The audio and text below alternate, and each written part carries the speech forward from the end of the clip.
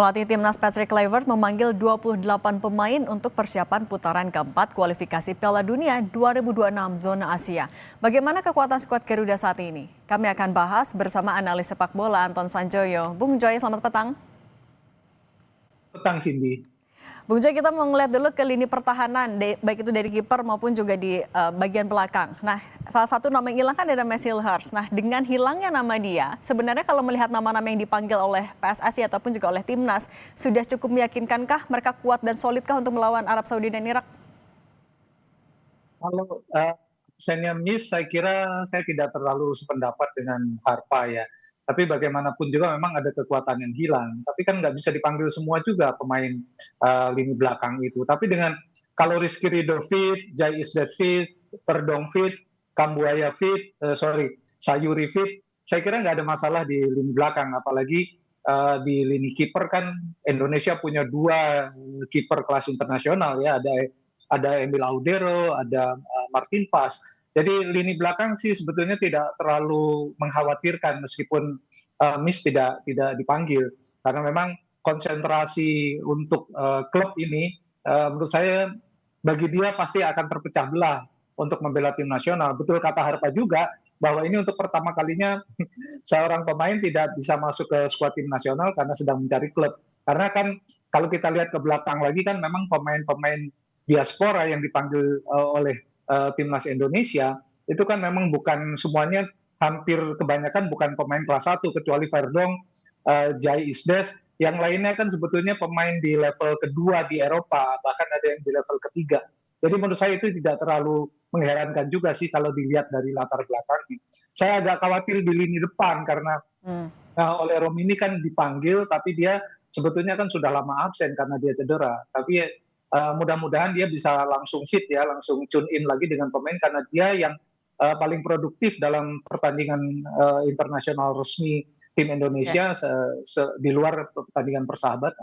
Oke, lini depan nanti kita bahas juga, tapi kita ke kiper dulu. Nah kan tadi disebutin ada Martin Pas sama Emil Audero kok sebenarnya. Tapi kalau melihat riwayat kita melawan Arab Saudi, oke yang dua terakhir cukup menyenangkan bagi kita. Tapi akan kuatkah kiper-kiper yang sudah disiapkan ini untuk melawan Arab Saudi lagi nanti?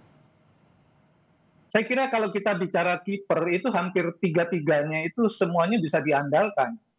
Hernando Ari pun kalaupun harus tampil, misalnya ada apa-apa dengan Martin Pas dan Emil Audero, saya tidak terlalu khawatir. Emil saya kira sudah menemukan kembali harinya ya di hari-hari baiknya. Martin Pas masih harus lagi beradaptasi, tapi saya kira dengan pengalamannya dua kiper kelas internasional itu tidak terlalu menjadi masalah dan bisa diandalkan untuk menjaga lini pertahanan terakhir Indonesia melawan Arab Saudi maupun melawan Irak. Jadi di lini belakang sebetulnya tidak ada terlalu banyak masalah dari skuad yang ada ya, dan dari skuad yang tersedia. Bahkan Rizky Ridho dan Jai Isdes itu selalu saya bilang itu adalah duet center back yang saya kira salah satu yang terbaik pada penyisihan grup C. Jadi harusnya sih mereka tetap solid dan bisa menjaga lini belakang. Nah kalau untuk di lini tengah, kita juga kan lihat kayaknya nggak banyak perubahan deh dari laga uji coba awal September kemarin. Nah apa yang harus diperhatikan oleh nama-nama yang nanti akan jadi line up ketika melawan Arab Saudi maupun juga Irak? Dan siapa ini yang kira-kira harus jadi tumpuan dari timnas? Ya kecuali ketika menghadapi Jepang, lini tengah Indonesia sebetulnya salah satu yang terbaik juga di grup C. Cuma memang kelasnya ketika menghadapi Jepang tidak bisa kita bandingkan ya. Jepang udah benar-benar kelas dunia.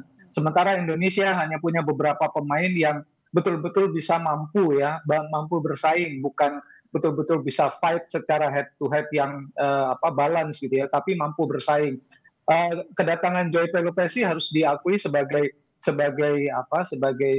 penyejuk ya di lini tengah. Tapi saya harapkan sih semua pemain, terutama pemain seperti Tom Haye, Nathan Choaon, itu tampil dengan karakter aslinya, karena sebetulnya karakter asli mereka itu keras. Mereka berani melakukan intercept, punya visi juga yang bagus, passing-passingnya juga lumayan akurat. Nah ini yang untuk melawan Arab Saudi di kandang mereka nggak boleh ada kesalahan sedikit pun di lini tengah, terutama ketika Indonesia mendapatkan serangan, karena orang pertama yang harus menggagalkan serangan lawan Arab Saudi maupun Irak adalah Joy Pelupesi. Nah kalau dia tidak mendapatkan sokongan atau dia di bawah form terbaiknya, akan ada masalah dari lini tengah yang langsung mengancam lini pertahanan yang digalang oleh Gai Isdes. Jadi lini tengah harus betul-betul menjadi tembok pertama bagi pertahanan Indonesia ketika menghadapi Arab Saudi maupun Irak. Saya harapkan mereka tampil dalam performa terbaik. Nah, selain pertahanan juga lini serang kita yang masih dibilang sebagai salah satu PR paling besar, PR paling berat nih buat Kluivert. Nama-nama yang bisa diandalkan, termasuk juga pemain baru, Zylstra dan juga Miliano, akan bisa diandalkan sepenuhnya nanti? Inilah lini depan ini yang paling mengkhawatirkan. Bahkan sejak era Sintayong masuk ke era Patrick Kluivert, lini depan ini yang menurut saya paling bermasalah ya. Kita pernah mengandalkan Rafael Struijk, kedatangan Orat Mangun sedikit mengangkat, kedatangan Oleh Romeni sedikit mengangkat. Sayangnya kemudian grafiknya turun lagi dengan cederanya Oleh Romeni. Ya mudah-mudahan Indonesia ini kan tidak punya betul-betul striker yang nomor punggung 9 yang betul-betul target man. Yang tersedia hanya Ramadan Sananta, dan penampilannya saya kira juga untuk kelas internasional masih harus ditingkatkan lagi. Sementara Oleh Romeni kan baru sembuh dari cedera. Apakah dia bisa langsung tune in? Apakah dia siap 2 kali 45 menit? Kita belum tahu. Zylstra saya kira penampilannya Mauro Zylstra belum bisa tune in dengan tim ya. Itu terlihat dari penampilan ketika pemanasan, jadi melawan Lebanon dan melawan Taiwan. Tetapi saya kira memang lini depan Indonesia ini butuh betul-betul perhatian dari Kluivert. Dia kan mantan striker, dia mantan pemain lini depan.